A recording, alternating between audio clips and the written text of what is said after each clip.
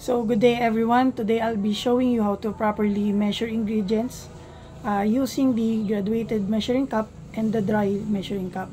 So before tayo nagmi-mix and plus ng ating ingredients, dapat nakasuot tayo ng complete PPE. Pero dahil po baka hindi marinig yung audio ko, kaya hindi na po ako magsusot ng face mask. So let's start. So ang una po nating i-measure is ang flour. Ang gagamitin kong flour dito is unsifted dahil wala po tayong tools na sifter. So ang una po natin gagawin is kukunin natin yung measuring cup na gagamitin, tapos yung measuring cup na pang-i-spoon natin. So hindi po pwede na itatap or gagalawin natin ng sobra. So dahan-dahan lang, ganyan-ganyan na po.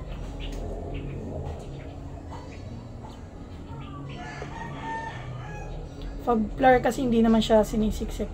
Ganyan-ganyan lang.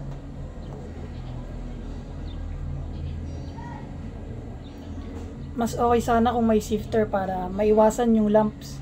Pero dahil nga wala tayo nun, hindi na tayo gagamit.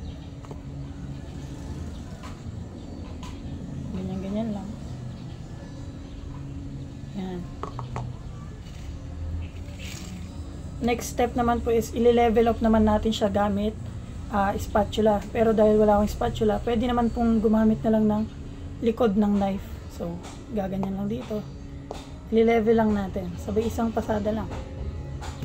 Tapos yun. Okay na po. Pagdating sa flour. So, ganyan lang po siya. So, next naman po na i-measure natin is yung brown sugar. So, kung kanina hindi natin siya tinatap, ngayon naman po itatap natin para masiksik.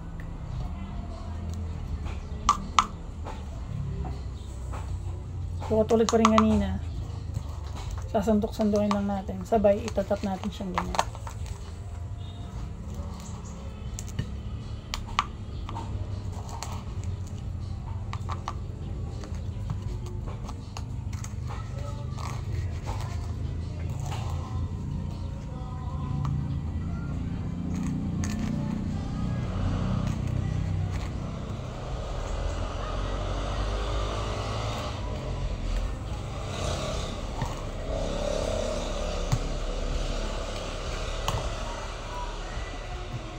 So, katulad kanina, i-level up natin siya gamit yung likod ng knife. Tapos, sa pagtaktak, yan.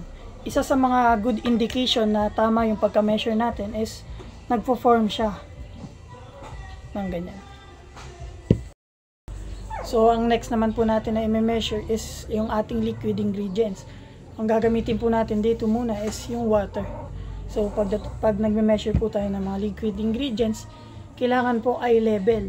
So, yuyuko tayo ng ganyan para mas accurate yung pag-measure natin. So, pupour lang natin ng ganyan. Let's say, for example, ang mini-measure natin is 250 ml.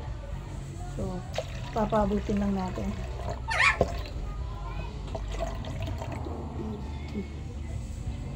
Yan.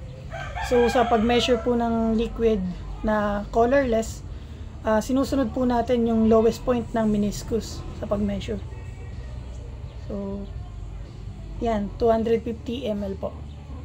So, next naman po na i-measure natin is yung oil. So, gagawin po natin to para makita naman yung difference sa pag-measure pag yung liquid na gagamitin natin is colored.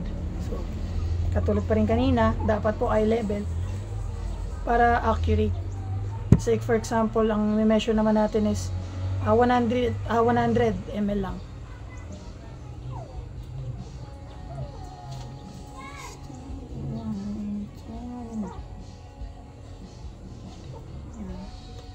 So, dahil nga colored yung ginamit natin, kabaliktaran sa ginawa natin kanina. So, sa pagkuha ng accurate na measurement, ang tinitingnan naman natin is yung highest point ng meniscus. So, yan, sakto. 100 ml.